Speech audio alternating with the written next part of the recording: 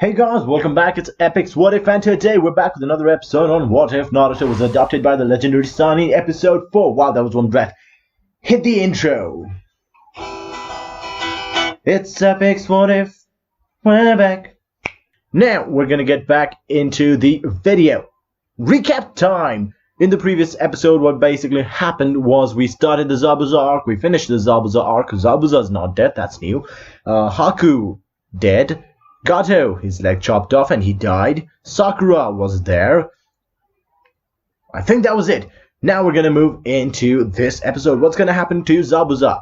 After Zabuza is treated by Naruto using his healing jutsu and some medicine that Kakashi provides him and some rest that he gets at Tazuna's house, and the bridge is completed as well, which is nice, Zabuza agrees to go with Naruto and Kakashi to the Hidden Leaf. Now Kakashi is a bit reluctant at first because he's like, you know, Naruto, you can't just bring a rogue ninja to the village like you found a stray cat. It doesn't really work that way. Naruto's like, but he's good! And that's a fair argument. He would be a decent asset to the village. So Kakashi agrees, and he's like, the third Hokage is probably not going to be happy about this, though. What the fuck.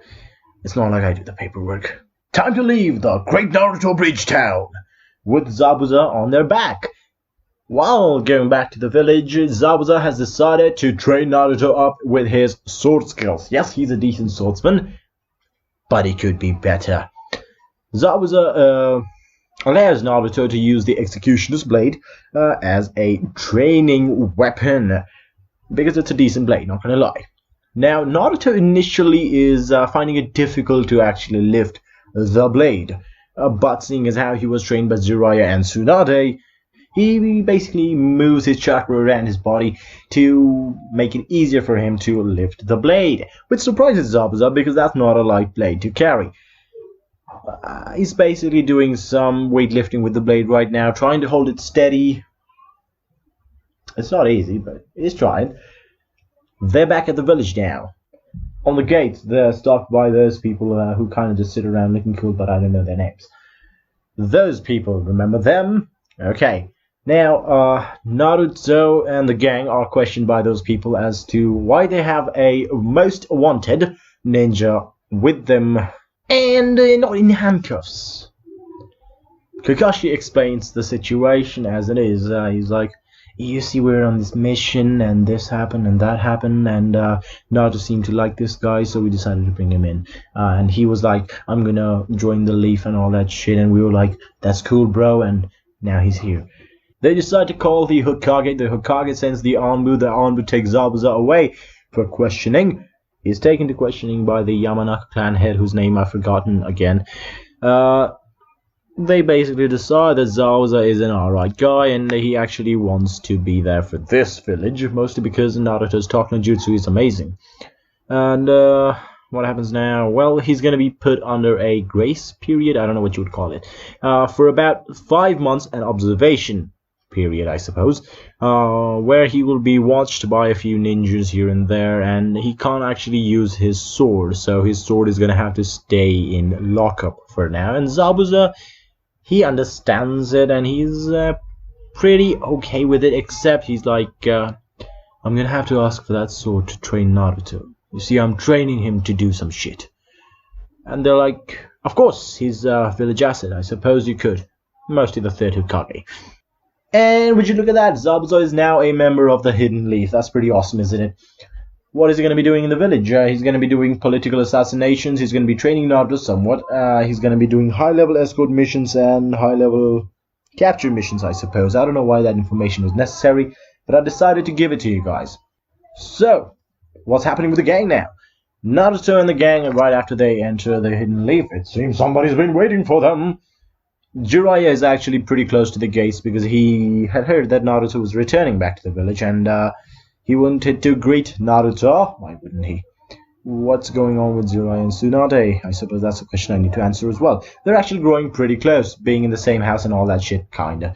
Tsunade is mostly working in the hospitals, I guess, as a medical head for the Hidden Leaf. And Jiraiya is circulating his information through the spy network to the Hokage and all that shit. You know, classic Jiraiya stuff. how are they blossoming, I suppose? Tsunade and Jiraiya have had some pretty okay talks, pretty okay encounters, as Jiraiya has decided to kind of move in with Naruto and Tsunade, as he is kind of raising the kid as well. And Tsunade is pretty okay with it, but you know, if Jiraiya peeps on her, she's giving him the beat. Jiraiya does greet Naruto right as they enter the gates, and he does look a bit bandaged up, so Naruto asks him if he's been on a mission, and Jiraiya simply says, something like that, I suppose.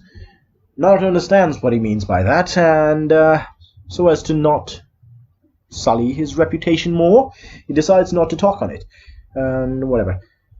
Sasuke is there wondering, if a Sannin could get beat this bad, I wonder who he was against. I wonder who could be that powerful. Was it Itachi? No. My opponent was a bit more feminine, I suppose. Anywho, let's go for some ramen. Why not, right? Jiraiya takes the gang for some ramen, and they enjoy the ramen. They talk about the mission, it was a good time. Or whatever. So now Kakashi decides it might be time for the group to sign up for the Chunin exams. Yes. Kakashi brings the board out. The guys join the Chunin exams. Yay! I have no idea what's wrong with me today. Anyway, they join the Chunin exams. Time for the first leg. Jiraiya and Kakashi and Tsunade and Zabuza basically train Naruto up for the Chunin exams, and Sasuke as well gets training with Naruto alongside him. Jiraiya and Tsunade and Kakashi actually tell him how the Chunin exams go, even though they're like, he probably should figure it out on his own, but we do owe it to him as his parents, in a sense, don't we, Tsunade? And Tsunade is like, I suppose we do. It would be nice, wouldn't it, to prepare him for the troubles? They decide to tell him what happens. Anywho, the Chunin exam begins, and the first round, the written round, Naruto actually does pretty well, not gonna lie. He and Sasuke and Sakura find a way to, well, you know, essentially figure out how the questions should be answered and all that shit. They probably use Naruto's shadow clones to cheat some here and there. Naruto left shadow clones transformed as kunais with both Sasuke and Sakura, and when Naruto needed to share some information to them, he basically spoke through them. When he needed some information, the shadow clone would create another shadow clone, and that shadow clone would explode, giving Naruto the information while the other shadow clone was still there. It's a bit complicated, but it works, I think. Anywho, they pass. Time for the second round, which is the scroll. No, it's not the scroll. Oh wait, it is the scroll. The second round is the scroll round, where Naruto and the gang decided to mark a few players here and there, just so they can get their scrolls. Naruto and the gang, Team 7, sorry, they got the Heaven Scroll, and they needed the Earth Scroll. Simple shit. They basically go through the list of people who were there, who have the Earth Scroll, mark out about 3 teams just in case, and they decide to follow them using Naruto's shadow clones. When the first team that Naruto was chasing decided to rest up at a certain spot, Naruto's shadow clone basically gave them the information of where they were. The gang rushed them, got the scroll. Those 3 are pretty beat up, and they left right away. Which means that Kabuto did not get a chance to actually talk to them and all that shit. I mean, he still tries to bargain with them, you know, he was like, I could give you my Earth Scroll if you wish, and they're like, we already have one. Kabuto's basically thinking, fuck, I'm too late. Oh no, not the snakes again. We'll leave it at that. Kabuto tries to get the team to bargain and all that shit, but at this point he's just looking a bit too suspicious, so he decides to back the fuck away. Naruto and the gang, they move on with their lives. Suddenly, Naruto has to take a piss. Fair enough. He takes a piss. While taking a piss, he's attacked by a gigantic fucking snake. Sasuke and Sakura are attacked by a weirdly pedophilic kid. being overtly sexual for some reason, licking her lips and all that shit. It's a bit awkward. And, they defend themselves. The person decides to use the fierce shit that they used in the original. Mean look, that shit. And what happens? Sasuke and Sakura can't move. Naruto takes care of the snake easily. He basically brings out his sword, chops the snake into little juicy rolls, and moves on thinking that the team is in danger because he can sense a really scary entity that somehow feels familiar to him. For some reason. He doesn't know. And as he reaches there, he's like, holy fuck, you're Orochimaru. Orochimaru's like, wait, how do you know that? He basically tells him, creepy looking person, bit too sexual, acting like a pedophile, you're Orochimaru. It was a pretty easy guess, honestly. Orochimaru basically reveals himself to be himself. Nice of him to do so. Or her, we don't actually know what Orochimaru is at that point, I suppose. Anyway, nice of Orochimaru. So, Orochimaru attacks Naruto, and Naruto defends against him pretty well. He is well trained enough to actually be able to counter the Sannin's attacks. He was training with Jiraiya and Tsunade. While not on their level, he was taught how to parry against them because he was their child, technically. For the world, he was the child of two Sannin. So they had a feeling that Orochimaru might come after him. They know their friend. They know what he's like. And, they had basically taught him how to combat against Orochimaru specifically as well, because that would be a good decision.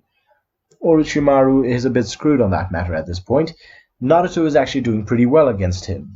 Orochimaru tries to use his sword from his neck. Naruto defends against that, parrying it away, going for Orochimaru's throat, which he actually managed to get a decent slice on, but Orochimaru dodges quickly. At this point, Naruto notices that neither Sakura or Sasuke are actually moving. Sakura would have probably done something, but Sasuke would have been an important asset. So he basically realizes what happened. He was told about this. Orochimaru used mean look on Sasuke. Naruto basically jumps up in the air, creates like 10 shadow clones. The 10 shadow clones rush Orochimaru, trying to keep him busy, while Naruto goes to Sasuke and he's like, Sasuke, sorry about this, and stabs Sasuke in the hand. Sasuke's like, okay, fuck, that hurts. Well, thank you. They go for the battle against Orochimaru. Sasuke and Naruto work pretty well together. What happened to Sakura, dudes? Somebody might be asking. What would she do? Cut her hair off? It's just not good for anyone. Let's just leave her out of this entire battle. Probably the entire story. It would be good for everyone. Anywho, Naruto and Sasuke work well together, and they've already practiced a ton of formations with one another on what to do against certain enemies. So Naruto basically, while going towards Orochimaru, yells at Sasuke, Formation Alpha, and they both know what to do at this point. Sasuke jumps up in the air and creates one shadow clone. Or at least it seemed like it. Orochimaru couldn't see properly. He was busy with 10 shadow clones. Naruto rushes Orochimaru with another 20 shadow clones, 30 shadow clones altogether, and Orochimaru realizes he's getting a bit overcrowded right now. Overcrowded? Whatever. He's getting overrun right now with numbers, and Orochimaru decides to go slice, pop, pop, pop. A few shadow clones disappear here and there, but Naruto is ready. It's basically using the Immortals tactics that was used by the Persian soldiers. If you guys watched 300, it's kind of like that, where the moment one shadow clone pops, Naruto creates another. It seems like there is an infinite amount of shadow clones, and it doesn't look like they actually pop away. Orochimaru is getting a bit disoriented from this because he's like, he could not have that much chakra. It's just not possible. And Naruto is like, whatever. And Naruto is rushing Orochimaru right now, and Sasuke, he seems to be joining in as well. Two Sasukes basically join in the fight with Naruto against Orochimaru, jumping him from behind with a few fireball jutsus. Orochimaru manages to dodge from the air attacks and kicks one of the Sasuke clones away, basically popping it off. The next Sasuke seems to be the actual Sasuke, so Orochimaru basically goes, you know what, I'll not have the time. Basically lunges at Sasuke with his neck, elongated neck, and tries to bite Sasuke, but the moment he bites down on Sasuke, he explodes, essentially, and Orochimaru's like, wait, what? With this exposed neck of Orochimaru, the other Sasuke pops up with a Chidori aimed right towards Orochimaru's neck, goes for the slice. Orochimaru gets hit, but the moment he does, the mouth opens up and another body comes out. The previous body is pretty dead. Orochimaru's like, okay, that was close. What the fuck was that? The moment this happens, about 10 shadow clones of Naruto surround Sasuke, and then we have another 3 Sasuke clones in the middle. Basically, what's happening is Sasuke is hiding away while Naruto creates shadow clones to take his place, so Sasuke can ambush Orochimaru when he's not ready. At this point, Orochimaru is pretty damaged as well, so he basically decides, you know what, it's not worth it right now. Sasuke, I'm back for you. And he disappears. You might think he would go for Sakura, but Orochimaru is not an idiot. He wouldn't waste a bite on her. Whatever, okay? And Orochimaru leaves.